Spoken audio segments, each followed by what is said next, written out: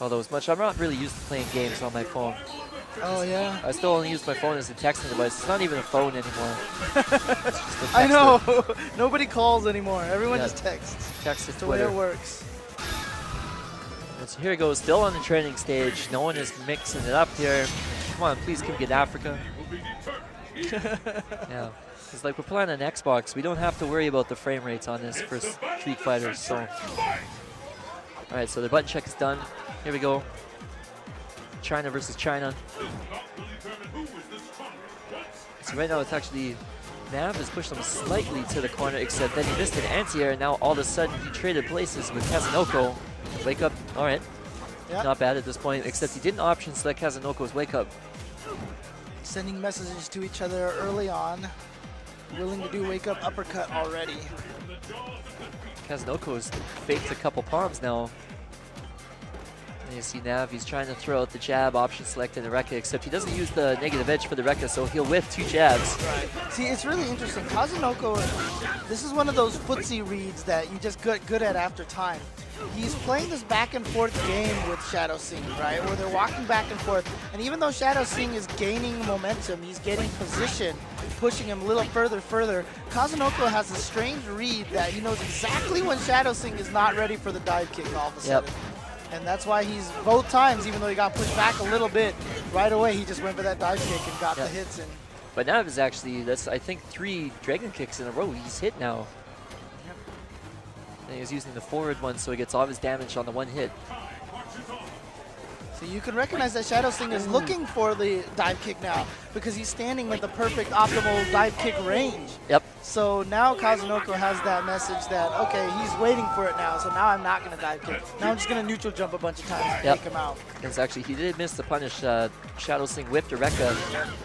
Kazunoko didn't hit him before he landed. Yep, and see, there you go. Proof that he was just waiting for it that time. He did flame kick the dive kick that time. Yep. Oh, wow. Nav was actually, he was too intense on looking for the dive kick, so Kazunoko got away with the dash up right into his face.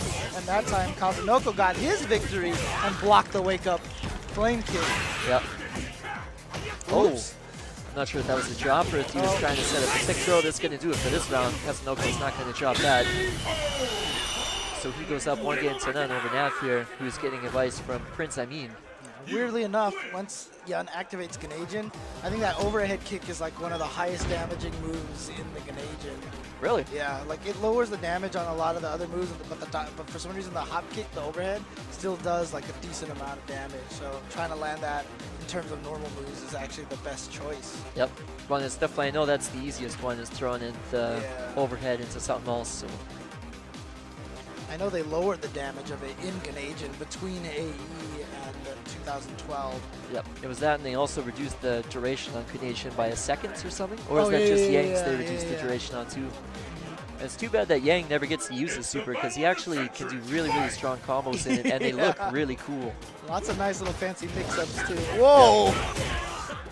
That was very, very smart play from Kazunoko right there.